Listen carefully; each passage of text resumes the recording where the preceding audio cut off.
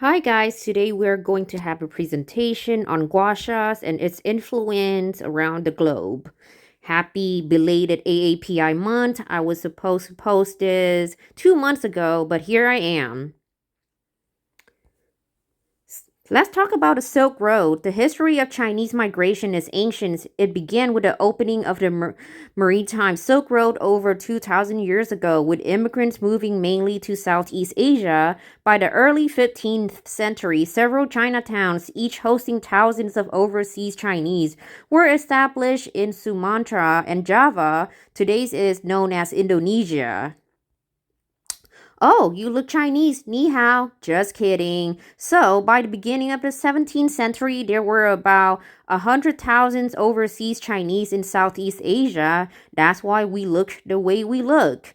They were mainly engaged in trade and crafts. By the mid 19th century, their numbers had increased to over 1.5 million, with most of them settled in Southeast Asia. This is the map of Southeast Asia and all the countries that's considered to be Southeast Asia, in case you wonder. Oop.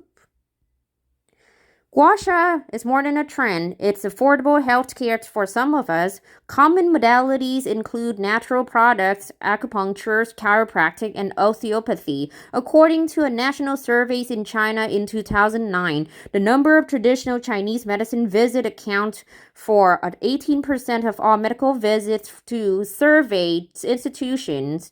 Due to an upsurge of the non-communicable disease burden in older populations, there's an essential emphasis on task sharing and shifting healthcare delivery to non-physicians medical providers. This healthcare service is particularly important to lower income countries such as the Lao People's Democratic Republic. 80% of the population lives in rural areas. Guasha is an ancient technique used in traditional East Asian medicine. What's going on in your household? Here's what's going on in my household. I don't know about yours. So thank God you don't have to go through it. All right, let's talk about IASTM and Graston technique in physical therapy. IASTM means Instruments Assist Soft Tissues Mobilizations. It's a popular treatment for myofascial restrictions. IASTM uses specifically designed instruments to provide a mobilizing effect to scar tissues and myofascial adhesion. Several IASTM tools and techniques are available, such as the Graston techniques. What is the Graston techniques? The GT is similar to myofascial release, except that clinicians use stainless steel instruments instead of their hands. The instruments are designed to reduce hand fatigue and improve the detention and treatment of soft tissues lesion. East versus West.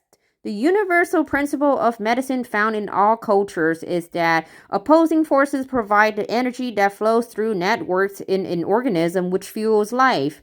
In this concept, health is the ability of an organism to maintain the balance between these opposing forces. So in the West, it's called homeostasis, and in the East is harmony, which creates resilience. So we have hard science evidence and working with intuitions. Good stuff.